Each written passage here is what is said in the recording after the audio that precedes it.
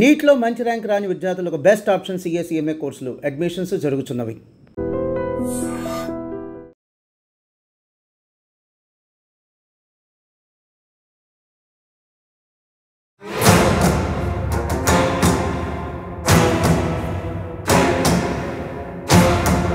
వర్షాకాలం కూడా మావోయిస్టులకి ఊపిరాడకుండా చేస్తామంటూ కేంద్ర హోంశాఖ మంత్రి అమిత్ షా రాయ్పూర్లో ప్రకటన చేశారు. नवा रायपुर में कहा था, अटल नगर में कहा था कि 31/3/2026 ये देश नक्सलवाद से मुक्त हो जाएगा. और मित्रों, मैं फिर से बात विश्वास के साथ दोहराना चाहता हूं, जिस तरह से सुरक्षा बलों ने पराक्रम किया है, हमारी सूचना एजेंसियों ने सटीक रणनीति बनाई, हमें लक्ष्य को सिद्ध कर कर रहेंगे. और आज मैं छत्तीसगढ़ वासियों को कहकर जाता हूं कि हर बार बारिश में नक्सली थोड़ा आराम कर लेते थे, इस बार बारिश में भी हम उनको सोने नहीं देंगे और 31 दिन के लक्ष्य को हम आगे बढ़ाएंगे. అమిత్ షా గారు చాలా స్పష్టంగా చెప్తున్నారు, వర్షాకాలం కూడా మేము వెంటాడతామని. దాని మీద అన్నగడదు అన్న చెప్పండి. ఇప్పుడు వర్షాకాలం ఎంతైతే అనుకూలతలు ఉన్నాయి అనుకుంటున్నామో ఆ అనుకూలతల లోపల కూడా చనిపోతున్న సంఖ్య చూస్తుంటే డైరెక్ట్గా వీళ్ళందరినీ దాటుకొని ఆయన దగ్గరకు వస్తున్నారంటే టెక్నాలజీనా లేదు ఇక్కడ కోవట్లో ఉన్నారంటే సుధాకర్ లేదా గణేష్ చనిపోయింది అనేది దాంట్లోపట అంటే పట్టుకొని చంపిన అనే దాంట్లోపట క్లియర్గా ఏం చెప్తారు ఇప్పుడు మావోయిస్ట్ పార్టీకి? సాయుధ పోరాటం విరమించాలంటారా? సాయుధ పోరాటం చేయడం ద్వారా అంటే నష్టపోవుడు తప్ప ప్రయోజనం లేదు. సాయుధ పోరాటం విరమణ అంటే వెంటనే ఆయుధాలు అక్కడ కింద పడేసుడు కాదు. నేను ఏమంటున్నా, మావోయిస్టు పార్టీ కూడా మీ ఆయుధాలు ఇక్కడ పెట్టుకోండి. ఇప్పుడు నెక్స్ట్ పార్టీకి సారథ్యం ఎవరు వహిస్తారు? 15 రోజులు నెల రోజులు ఏదో ఒక టైం లోపల వాళ్ళు తప్పనిసరిగా ఆ స్టేట్మెంట్ ఇస్తారు, 100% ఇస్తారు వాళ్ళు. Welcome to I dream. వర్షాకాలం కూడా మావోయిస్టులకి ఊపిరాడకుండా చేస్తామంటూ కేంద్ర హోంశాఖ మంత్రి అమిత్ షా రాయ్పూర్లో ప్రకటన చేశారు.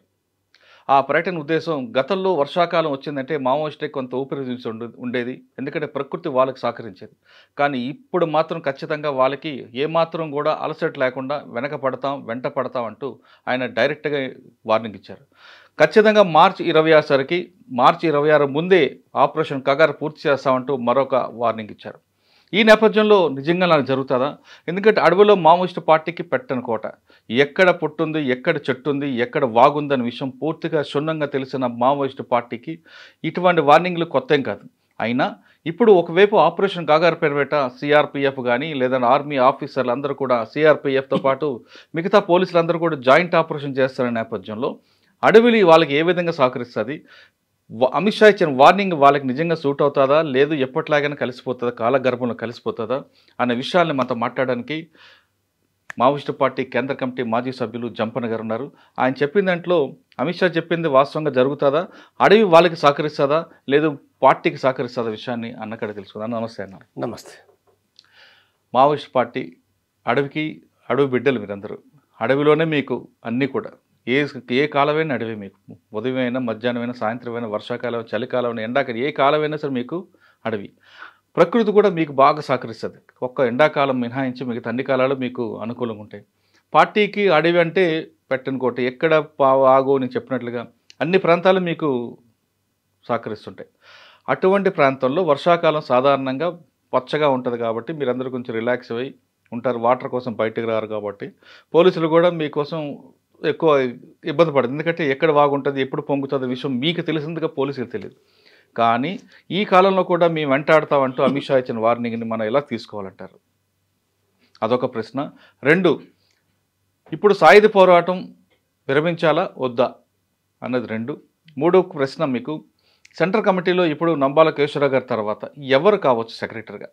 మల్లోజ్ వేణుగోపాల్ కావచ్చా, లేదా తిరుపతి కావచ్చా, లేదు మాడ్వి హిడ్మా కావాలా? ఈ ముగ్గురు అవుతారా? ఈ ముగ్గురు కాకుండా ఇంకెవరైనా ఉండొచ్చా? అమిత్ షా గారు చాలా స్పష్టంగా చెప్తున్నారు, వర్షాకాలం కూడా మేము వెంటాడతామని. దాని మీద అన్నగడదు అన్న చెప్పండి అన్న. అమిత్ షా నిన్న ఛత్తీస్గఢ్లో మాట్లాడిన మాటలు ఏవైతున్నాయో మావోయిస్టు పార్టీ కొత్త కాదు. ఎందుకు కొత్త కాదనంటే గత 20 సంవత్సరాలకు పైగా ప్రభుత్వ పోలీసు మిలిటరీ బలగాలు వర్షాకాలం చలికాలంతో సహా కాలాలతో సంబంధం లేకుండా కూడా కంటిన్యూగా ఆపరేషన్స్ చేపడుతుండ్రు. ఈ ఆపరేషన్స్ లోపల కూడా అనేక సందర్భాల్లో అనేక ఘటనల లోపల మావోయిస్టు నాయకులు సభ్యులు చనిపోయిన ఘటనలు చాలా ఉన్నాయి. కాబట్టి అంటే వర్షాకాలం అంటే ఏదో అప్రమత్తంగా లేకుండా చాలా ఈజీగా ఉంటారనేది ఏమీ లేదు.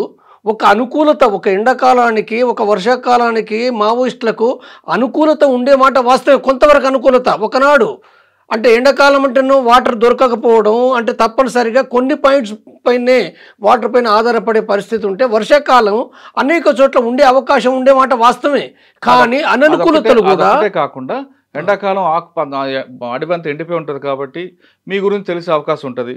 కానీ వర్షాకాలం అయితే అడవంతా పచ్చగా ఉంటుంది, చక్కగా ఎక్కడైనా మీరు తలదాచుకోవచ్చు అన్నది కూడా ఆయన మాటల్లో భావం అది. అవును, అదే నేను చెప్తున్నా. అంటే దాంట్లో పట్ట అనుకూలతలు ఎంతైతే ఎండాకాలం అంటే ఇప్పుడు వర్షాకాలం ఎంతైతే అనుకూలతలు ఉన్నాయి అనుకుంటున్నామో ఆ అనుకూలతల లోపల కూడా అననుకూలతలు మావోయిస్టులకు ఉన్నాయి. కారణం ఏమిటంటే వర్షాకాలం టెంట్లు వేసుకుంటారు. టెంట్లు వేసుకున్నప్పుడు ఇప్పుడు ఇవాళ డ్రోన్లు వచ్చినాయి కదా, సెటిలైట్లు వచ్చినాయి కదా, వాటి ద్వారా గమనించే అవకాశం ఒకటి వచ్చింది. తర్వాత చాలా దూరంగా ప్రజలకు కూడా అర్థమయ్యే అవకాశం ఒకటి వచ్చింది. ఇన్ఫార్మర్ల ద్వారా గమనించే అవకాశం ఒకటి వచ్చింది.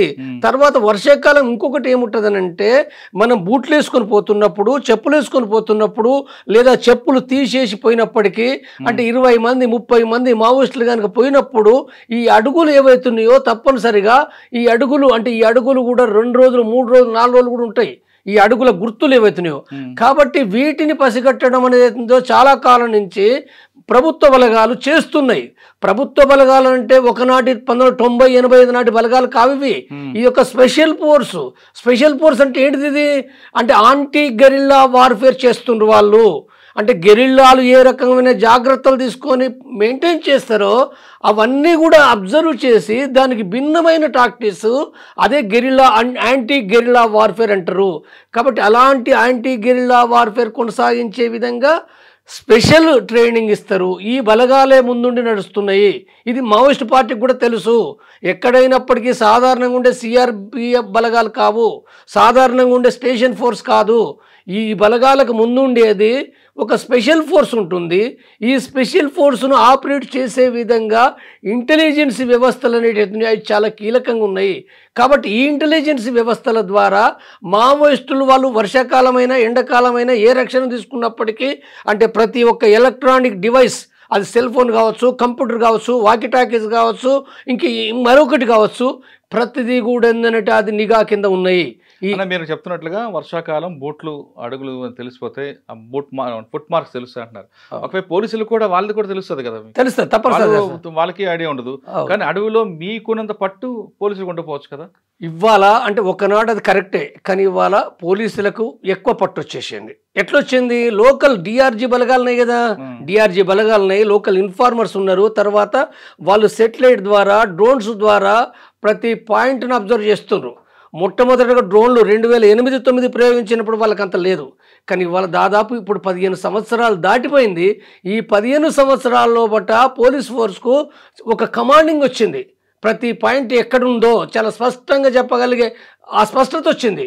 కాబట్టి ఇవాళ వాళ్ళకి ఆ కాన్ఫిడెన్స్ వచ్చింది. కాబట్టి ఇవాళ అంటే హోంశాఖ మంత్రి అమిత్ షా ఏదైతే పదే మాట్లాడుతుండో 26 మార్చి నాటి వరకు పూర్తిగా నిర్మూలన చేస్తున్నదో, పూర్తి నిర్మూలన సాధ్యం కాకపోతే అది వేరే విషయం.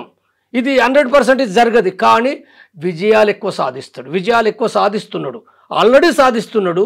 అంటే వితిన్ ఈ 3-4 నెలల కాలంలో పాటు సీసీ మెంబర్స్, జనరల్ సెక్రటరీతో సహా అంటే నంబాల కేశవరావు, చలపతి, వివేక్, తర్వాత గజాల రవి, 4 సీసీ మెంబర్లు, సుధాకరు, తర్వాత రేణుక, తర్వాత అరుణ, వీళ్ళు ఇంకా 10 మంది దాకా స్టేట్ కమిటీ మెంబర్లు చనిపోయినరు.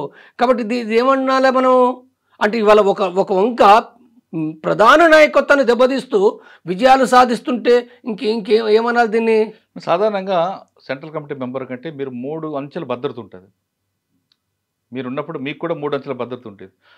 ఆ 3 అంచెల భద్రత దాటి మీ దగ్గర రావడం అసాధ్యం. కానీ ఇప్పుడు మనం చూస్తుంటే వారిలో ఈ చనిపోతున్న సంఖ్య చూస్తుంటే డైరెక్ట్గా వీళ్ళందరినీ దాటుకొని ఆయన దగ్గరకు వస్తున్నారంటే టెక్నాలజీ అయినా లేదు ఇక్కడ కోవట్లే ఉన్నారంటున్నారు. ఇప్పుడు ఒకనాడు ఏంటంటే ప్రతి సీసీ మెంబర్కు 3 అంచెల భద్రత అనేది దాదాపు వీళ్ళకి ఒక 20 సంఖ్య 25 సంఖ్య ఉంటారు అనేది అవుతుందో అది సాధారణంగా ఉన్న అవగాహన, పాత అవగాహన. కానీ ఇవాళ ఆ అవగాహన ప్రకారం ఉన్నప్పుడు ఎంతమంది ఉండేది? నేను ఉన్నప్పుడు సాధారణంగా సీసీ మెంబర్ గార్డు 8 నుంచి 10 మంది వరకు ఉంటారు సాధారణంగా.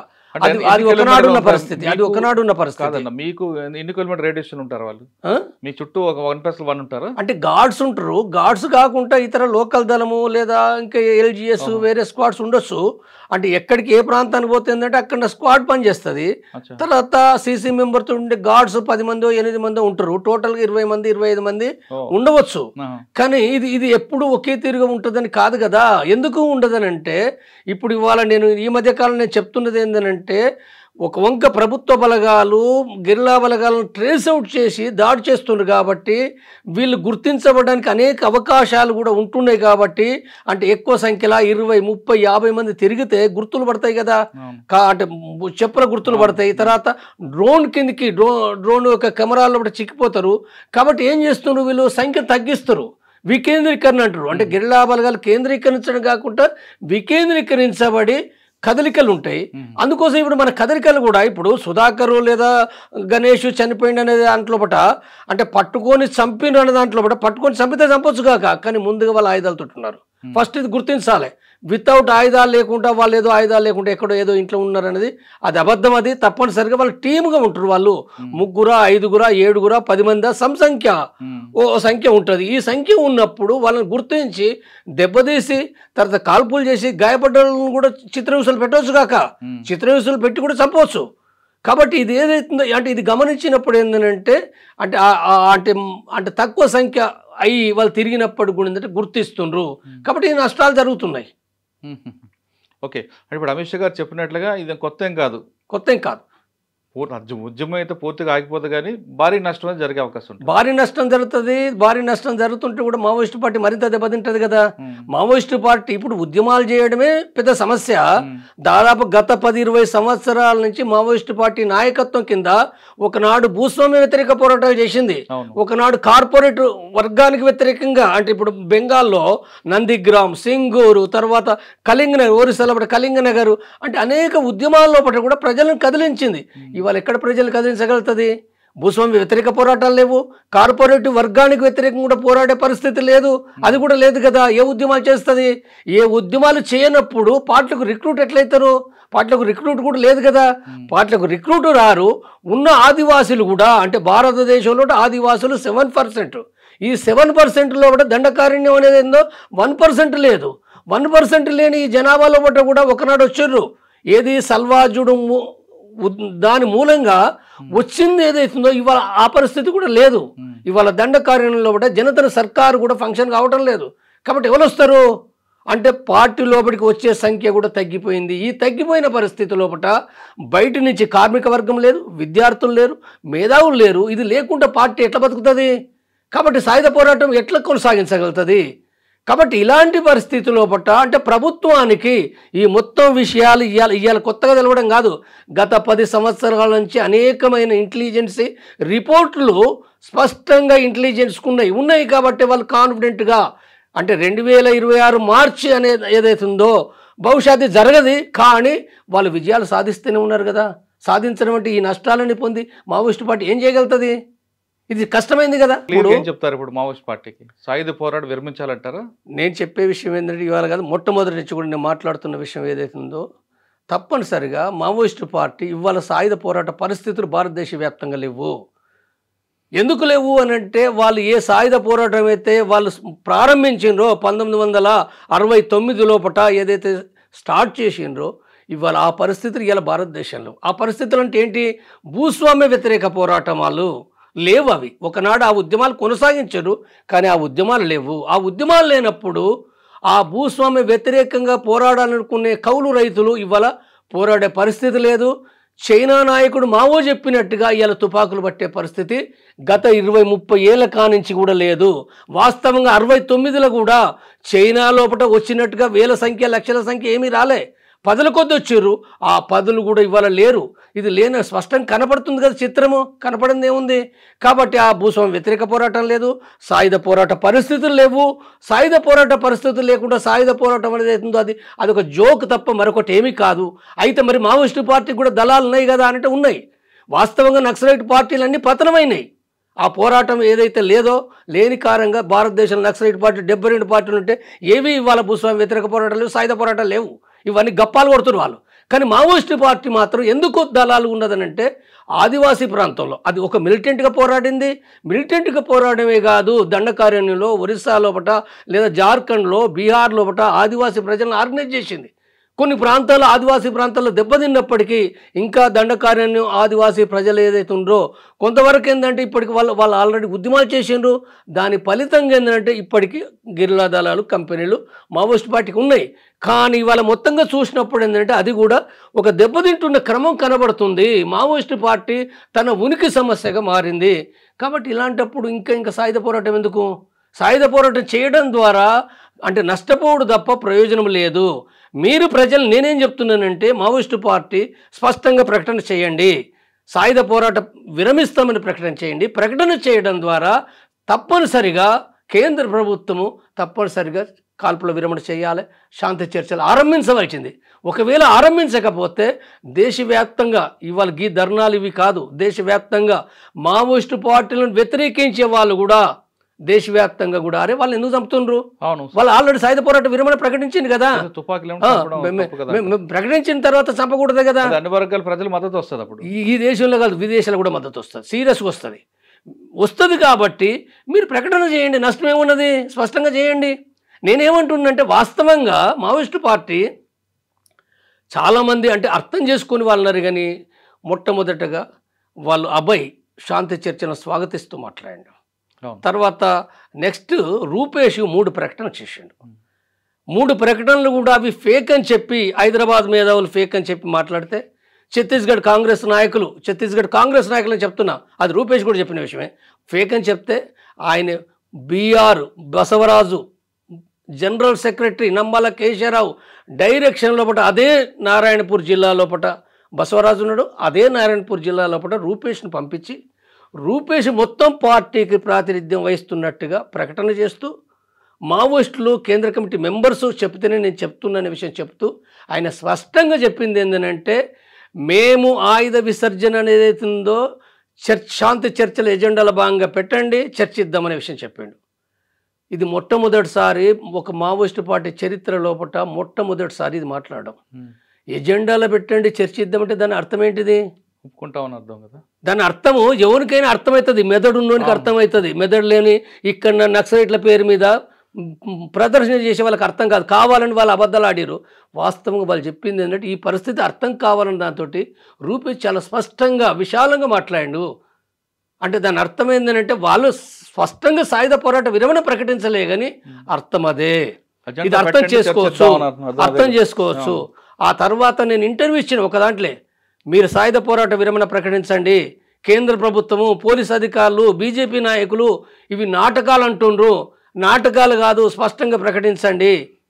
కాబట్టి నేను అర్థం చేసుకుంటున్నా, కొంతమంది అర్థం చేసుకుంటుండ్రు, కాబట్టి ఈ మెలికలు ఎందుకు, కాబట్టి స్పష్టంగా చెప్పండి అనే విషయం నేను చెప్పిన. నీ చెప్తే తర్వాత అభయ్ ఇచ్చిన ప్రకటన ఏంటంటే సాయుధ పోరాట విరమణ అనుకుంటా జనజీవన శ్రమంతో లోపట కలిసే విషయం లోపల మా కోర్ కమిటీ అన్నాడు, మొత్తం పార్టీ కాదు, మా కోర్ కమిటీ కలిసి చర్చించి నిర్ణయించుకుంటాము డెమోక్రటిక్గా అనే విషయం చెప్పిండు. చాలా స్పష్టంగా ఉంది కదా, అందులో ఉన్నది. కాబట్టి ఏదైతుందో ఇంత స్పష్టంగా ఉన్న విషయం కూడా ఇంటెలిజెన్స్ వాళ్ళకి తెలుసు, 100% తెలుసు అంటాను నేను. తెలంగాణలో ఉన్న వాళ్ళకు, ఆంధ్రాలో ఉన్న వాళ్ళకు, అర్థమైన వాళ్ళకి అందరికీ తెలుసు. బీహార్లో జార్ఖండ్లో ఉన్న ఇంటెలిజెన్స్ అధికారులు ఏం చెప్పారో నాకు తెలియదు.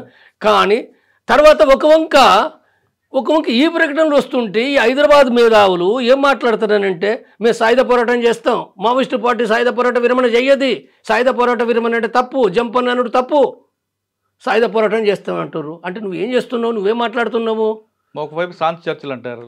వాస్తవంగా కేంద్ర ప్రభుత్వం ఆ సందర్భంలో ఆలోచించే అవకాశాలు ఏర్పడినాయి, నిర్ణయం తీసుకోలే.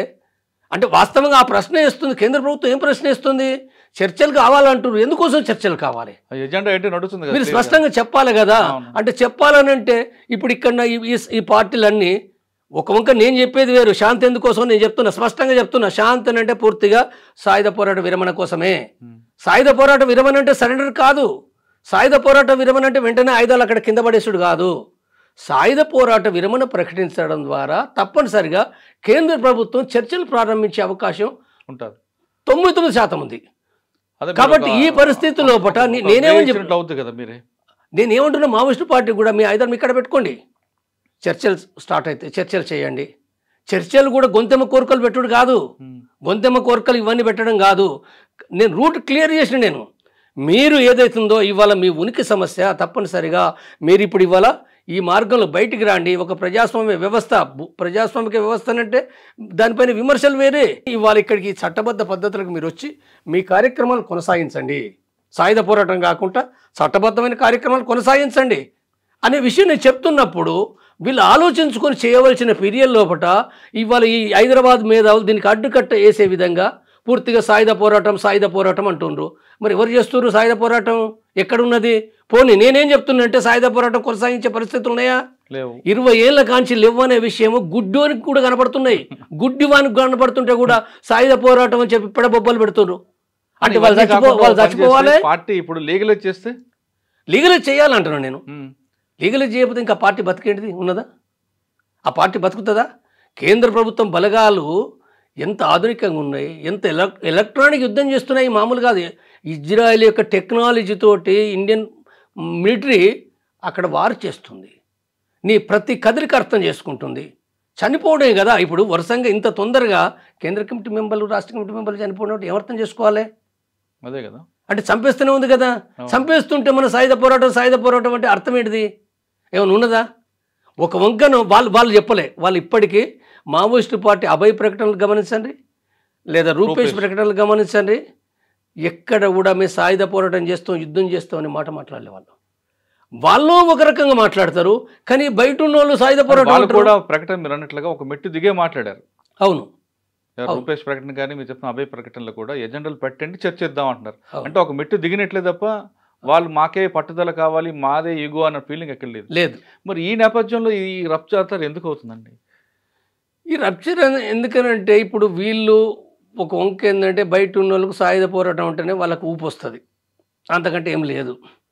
అంటే ఇది ఒక పెట్టి బూర్జువా, ఒక ప్రతిష్ట తప్ప మరొకటి ఏం లేదు. అంటే ఈ అతివాదం సెక్టేరియన్ మాటలు మాట్లాడుతూ ఒక రకం విప్లవకారులు చలామణి అయ్యే వాళ్ళు సమాజంలో ఎప్పుడూ ఉంటారు, ఇప్పుడు కూడా ఉన్నారు, ఎప్పుడు ఉంటారు. కానీ వాస్తవంగా మావోయిస్టు పార్టీ ఇచ్చిన ప్రకటనలు గమనించినప్పుడు వాళ్ళు చాలా స్పష్టంగా చెప్పిండ్రు. వాస్తవంగా కేంద్ర ప్రభుత్వానికి కూడా అర్థమైంది. అయితే అర్థం కావడంతో పాటుగా డౌట్ ఉన్నది వాళ్ళకు. వాస్తవంగా ఇది మాట్లాడుతున్నారు అంటే వాళ్ళు ఏం మాట్లాడి ఉన్నారంటే ఇది మాట్లాడుతున్నారు నిజమే, మరి మాట్లాడినప్పటికి కూడా ఇది మరి స్పష్టంగా చెప్పొచ్చు కదా. అదే విషయం అయితే సాయుధ పోరాటాన్ని మేము విరమిస్తామని ప్రకటించవచ్చు కదా, ప్రకటించడం లేదు. ఇది ప్రకటించడం లేదు. తర్వాత మిలిటరీ అధికారులు కూడా రకరకాలుగా చెప్తారు కదా. అంటే కొంతమందికి ఇప్పుడు మిలిటరీ అధికారులు, ఇంటెలిజెన్స్ అధికారులు ఇన్ఫర్మేషన్ రకరకాలు వస్తుంది, వాళ్ళకు వచ్చే ఇన్ఫర్మేషన్ ఒకటి ఉంటుంది, వాళ్ళకు కొన్ని ఇంట్రెస్ట్లు కూడా వేరే ఉండొచ్చు. వాళ్ళ ఇంట్రెస్ట్లు కూడా లేదు, అవకాశాలు ఉన్నాయి కదా, వాళ్ళని చంపే అవకాశం ఉంది, నిర్మూలించే అవకాశం ఉంది, చంపేస్తే అయిపోతుంది, 6 నెలల పాటు ఎట్లా నిర్మూలిస్తాం కదా. ఈ చర్చల నాటకం ఎందుకు? ఈ చర్చల నాటకం అంటే ఏం డిమాండ్లు పెడతారో తెలియదు. డిమాండ్లు అంటే చర్చలకు వచ్చిన తర్వాత ఇప్పుడు నేను గొంతెమ్మ కోరికలు కోరొచ్చు కదా. ఇప్పుడు ఒక ఆయన ఏమంటారంటే ఇప్పుడు మొత్తం మైండ్స్ మొత్తం కూడా ఉందనంటే అక్కడ మైండ్స్ అది చేయొద్దనంటే, అంటే కాంగ్రెస్ ప్రభుత్వం ఎక్కడన్నా మైండ్స్ చేయకుంటున్నదా? తెలంగాణలో చేయకుంటున్నదా? దేశంలో చేయకుంటున్నదా? అంటే పెట్టుబడిదారి వర్గం ఈ దేశంలో మైండ్స్ చేయకుండా తర్వాత ఇవి ఉంటుందా? ఉండదు. అంటే ఈ చర్చల్లో ఈ డిమాండ్ పెడితే మరి కేంద్ర ప్రభుత్వం కూడా భయపడుతుంది కదా. నువ్వు ఇంత డిమాండ్లు పెడతామని అనుకుంటే అది భయపడుతుంది. మన డిమాండ్ ఏదైతుందో మావోయిస్టు పార్టీని, అందుకోసం నేను చెప్తున్నా, మీరు మొదటగా సాయుధ పోరాట విరమణ ప్రకటించండి. మీరు ప్రకటించి నేనేమంటున్నంటే మొట్టమొదటగా ఇతర డిమాండ్లు చర్చించండి. కానీ నేను చెప్పేది ఏంటంటే మీ పార్టీ లీగల్ కావడం అనేది, లీగల్ అయ్యేదాన్ని కేంద్ర ప్రభుత్వం ఆమోదించాలి, చట్టబద్ధంగా ఆమోదించాలి. సిపిఐ మావోయిస్టు పార్టీ పేరును, ఆ పార్టీ పైన నిషేధాన్ని ఎత్తివేయాలి. ఆ పార్టీ ప్రజా సంఘాలు ఏవైతున్నాయో, రాడికల్ విద్యార్థి సంఘం, రైతు కూలి సంఘం, లేదా జన్నాట్య మండలి, ఇంకా వేరు ప్రజా సంఘాలు ఏవైతున్నాయో ఆ ప్రజా సంఘాలపైన నిషేధాన్ని ఎత్తివేయాలి. అట్నే జైలు లోపల ఆ పార్టీ నాయకులు ఉన్నారు, కేంద్ర కమిటీ నాయకులు ఉన్నారు, రాష్ట్ర కమిటీ నాయకులు ఉన్నారు. ఇవాళ వాళ్ళు ఆ పార్టీలో ఉంటారా లేదా నాకు తెలియదు. ఏదైతుందో వాళ్ళు ఎవరైతుందో వాళ్ళని జైలు నుంచి విడుదల చేయాలి. తర్వాత అదే కాదు, ఇంకా ఇప్పుడు ఉపా కేసులు పొటా కేసులు కూడా ఇప్పుడు తెలంగాణ ఆంధ్రప్రదేశ్ లోపల కూడా ఇతర రాష్ట్రాల లోపల కూడా ఉపా కేసులతోటి బయట ఉన్న కార్యకర్తలు కూడా ఉన్నారు కదా, వాళ్ళపైన ఉపా కేసులు రద్దు చేయాలి. ఇది రద్దు చేయడం ద్వారా ఆ మావోయిస్టు పార్టీ ఆ ప్రజా సంఘాలు పనిచేసుకోవచ్చు కదా చట్టబద్ధంగా. చట్టబద్ధంగా పనిచేసి నీకేం పోతుంది తుపాకు గింతే అంటే ఆడ పక్కకు పెడితే ఏదో విలువ పోయినట్టుగా తుపాకులతో నువ్వేం చేస్తావు? ఇలా తుపాకులతో నువ్వేమి చేయలేవు అనేది గత 20 సంవత్సరాల నీ చరిత్ర నిరూపిస్తుంది. నీకు అర్థమవుతుంది కదా, నీ ఉనికి సమస్య. ఈ నేపథ్యంలో సుధాకర్ గారు లేదా అంబాల కేశవరావు గారు మీరు చెప్తున్న సెంట్రల్ కమిటీ అందరూ ఒకరుగా చనిపోవడం పట్ల ఇప్పుడు నెక్స్ట్ పార్టీకి సారథ్యం ఎవరు వహిస్తారు? అంటే మల్లాజు వేణుగోపాల్ గారు ఉన్నారు, తిప్పర్తి తిరుపతి ఉన్నారు, లేదా మాడ్వి హిడ్మా ఉన్నారు. వీళ్ళు ముగ్గురు కాకుండా ఇంకెవరు రావచ్చు? తక్కిడిపల్లి వాసుదేవరావు అంటే మిలిటరీ ఆపరేషన్లో ఆయనకు ఒక పెద్ద పవర్ ఉంది. మళ్ళీ రాజిరెడ్డి అవుతారు, లేదా గణపతి గారు మళ్ళీ ఒకసారి సారథ్యం వహిస్తారా? ఇప్పుడు నాకు తెలిసిన సీసీ మెంబర్స్ వేరే. నేను వెళ్ళొచ్చిన తర్వాత నేను 2017 వరకు మాత్రమే నేను ఉన్నాను. ఆ తర్వాత నేను వచ్చిన తర్వాతనే ఇప్పుడు రవి కూడా నేను వచ్చిన తర్వాత సీసీ మెంబర్గా తీసుకున్నారు. సుధాకర్ని అయితే తీసుకోలేదు. సుధాకర్ కూడా ఇప్పుడు మొన్నటి ప్రకటనలో కూడా సీసీ మెంబర్ కాకుండా రాష్ట్ర కమిటీ మెంబర్గా రాశారు.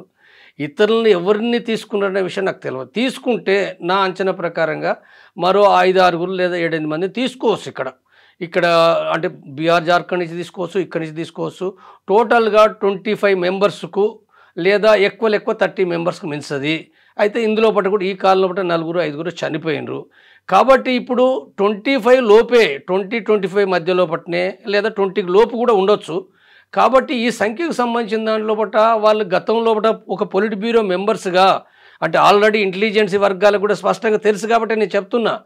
ఏది అభయ్ కానీ పొలిట్ బ్యూరో మెంబరే, తర్వాత తిరుపతి కూడా పొలిట్ బ్యూరో మెంబరే, తర్వాత సునీర్మల్ కూడా ఏంటంటే పొలిట్ బ్యూరో మెంబరే, జనార్దన్ జీ పొలిట్ బ్యూరో మెంబరే, ఇంకా 4-5 ఉన్నారు. కాబట్టి పొలిట్ బ్యూరో మెంబర్స్ ఉన్నారు. సాధారణంగా ఎంపిక ఎట్లా చేసుకుంటారు? పొలిట్ బ్యూరో మెంబర్స్ నుంచే ఎంపిక చేసుకోవచ్చు. లేదు వీళ్ళు ఎవరు పనికిరారనుకుంటే సీసీ మెంబర్స్ నుంచి కూడా తీసుకోవచ్చు. కాబట్టి ఇది ఎట్లా తీసుకుంటారు అనేది ఉందో వాళ్ళ కేంద్ర కమిటీ వాళ్ళ మీటింగ్ అయితే వాళ్ళు ఒక ప్రజాస్వామ్యయుతంగానే నిర్ణయించుకుంటారు తప్ప ఎవరికి వాళ్ళు నిర్ణయించుకోలేరు కదా. ఏ ఒక్కరు కూడా ఇప్పుడు ఇది మేము సీసీ సెక్రటరీ అని చెప్పి నిర్ణయించలేరు. సాధారణంగా పొలిటికల్ బ్యూరో నుంచి కాకుండా పొలిటికల్ బ్యూరోలో చెప్పాలంటే ఆ యాక్టివిటీని తీసుకుంటారా, లేదా మిలిటరీ ఆపరేషన్లో గట్టిగా పట్టున్న వైపు తీసుకుంటారా? మిలిటరీ పార్టీ లోపల మావోయిస్టు పార్టీ లోపల ఎప్పుడు కూడా మిలిటరీ ఆపరేషన్ నంబాల కేశవరావు గారు ఉన్నారు. గతంలో ఆయన ఏంటి సిఎంసీ చీఫ్ కాబట్టి ఆయనకి ఇచ్చారు అనేది ఒక వార్త ఉంది. ఈసారి నంబాల కేశవరావు గారు లేరు కాబట్టి ఇప్పుడు మల్లాజు వేణుగోపాల్ ఆయనకి అందులో తక్కువ అనుభవం ఉంది కాబట్టి ఆయనకి ఇస్తారా లేదా? గణపతి సెక్రటరీకి ఎప్పుడు అయిండు? 91 తర్వాత అయిండు కదా, 91-92లో అయిండు. మరి అప్పటికే ఒక మిలిటరీ రంగం లోపల నిష్ణాతుడిగా బసవరాజు ఉన్నాడు, నంబల కేశవరావు ఉన్నాడు. మరి ఉన్నప్పటికి కూడా ఏంటంటే ఆయనను పెట్టలేదు. అంటే గణపతిని పెట్టారు. గణపతి మిలిటరీ ఆపరేషన్లో లేడు, ఎక్కడ కూడా అలాంటి గైడెన్స్ కూడా ఏమీ లేదు, మరి పెట్టలేదు. కాబట్టి అట్లా పెడతారనేది అది పొరపాటు అభిప్రాయము. సైద్ధాంతికంగా రాజకీయంగా ఎవరైతే గైడ్ చేయగలుగుతారో వాళ్ళను మాత్రమే పెడతారు, వాళ్ళను మాత్రమే ఆ కమిటీ ఎన్నుకుంటుంది. కాబట్టి దృష్టిలో పెట్టుకున్నప్పుడు నమ్మాల కేశవరావు మిలిటరీ చీఫ్ అయినప్పటికీ ఆయన ఓన్లీ మిలిటరీలో మాత్రమే నిష్ణాతుడు అనేది కాకుండా ఆయనకు సైద్ధాంతిక రాజకీయ రంగంలో కూడా అవగాహన ఉంది. దాంట్లో కూడా ఒక అవగాహన ఉన్న నాయకుడు కాబట్టి ఆ రీత్యానే పెట్టిరు తప్ప మిలిటరీ కోణం నుంచి పెట్టలేదు ఆయనను. కాబట్టి ఇక్కడ ఇప్పుడు ఎవరిని పెడతారు అనుకున్నప్పుడు ఏదైతుందో ఇప్పుడు మిలిటరీ రంగంలో వేరు ఉండొచ్చు. ఇప్పుడు అభయ్ మిలిటరీ రంగంలో లేడు కాబట్టి ఇతరులు మిలిటరీ రంగంలో ఉన్నారు. తిరుపతి మిలిటరీ రంగంలో ఉన్నాడు, అందరికీ తెలుసు.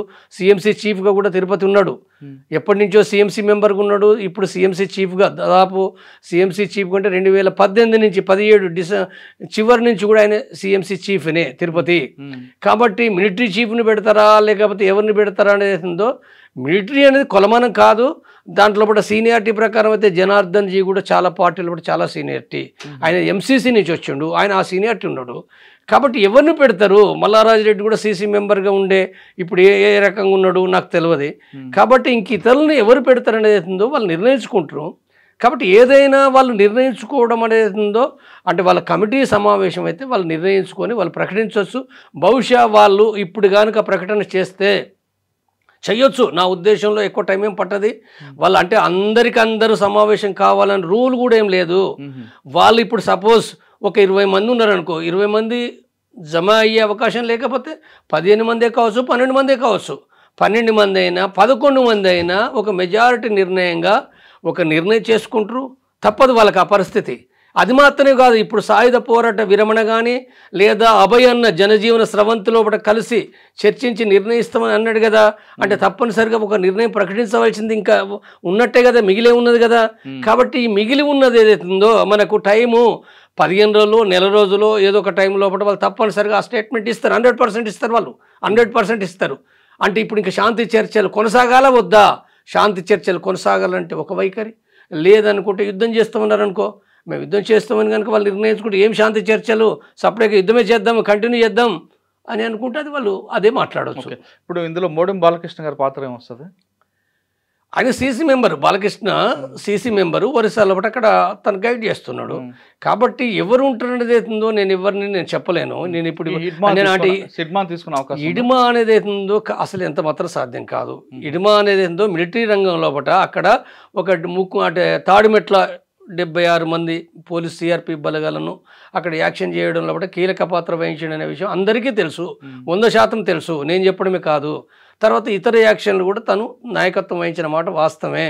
అట్లంటే ఆయనకు రాజకీయాలు లేవని కాదు. మొట్టమొదటగా ఆయన సంఘ నాయకుడిగా ఉంటూ సంఘంలో డెవలప్ అయ్యి దళ సభ్యుడిగా, తర్వాత ప్రజల కోసం పనిచేసే దాంట్లో రాజకీయ అవగాహనతో డెవలప్ అయిన వ్యక్తే ఇడుమా. కాబట్టి ఈ క్రమంలో ఆ పార్టీ విధానాల ప్రకారంగా మిలిటరీ విషయాలపైన తను నేర్చుకుంటూ, హిందీ భాష కూడా రాకుండా కూడా హిందీ భాష నేర్చుకొని హిందీ పుస్తకాలు చదువుతూ అందులో ఒక నైపుణ్యం సంపాదించాడు. కాబట్టి అయితే అది ఒక మిలిటరీ రంగంలో నైపుణ్యం అది ఎక్కువనే. అయితే అయినంత మాత్రాన పార్టీ సీసీలో తీసుకున్నారా లేదా కూడా నాకు తెలియదు.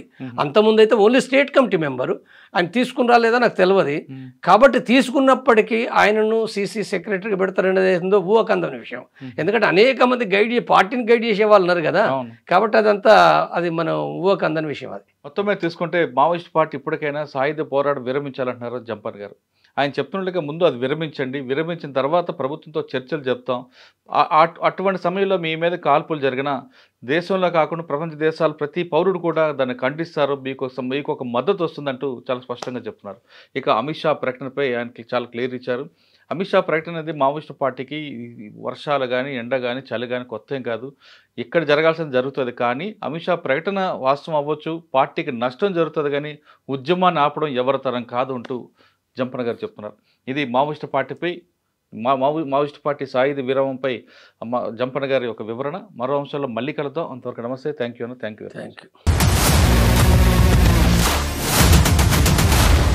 iDreams, this police diaries is something very, very valuable towards that. I must really appreciate Murali, your insights. iDreams founder and CEO Chinna Vasudev Reddy gartoni Muralidhar crime stories చాలా famous అయిపోయినావు.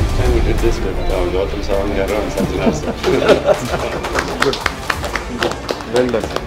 Congratulate him for doing so well, and I congratulate him, his boss also. For doing so well.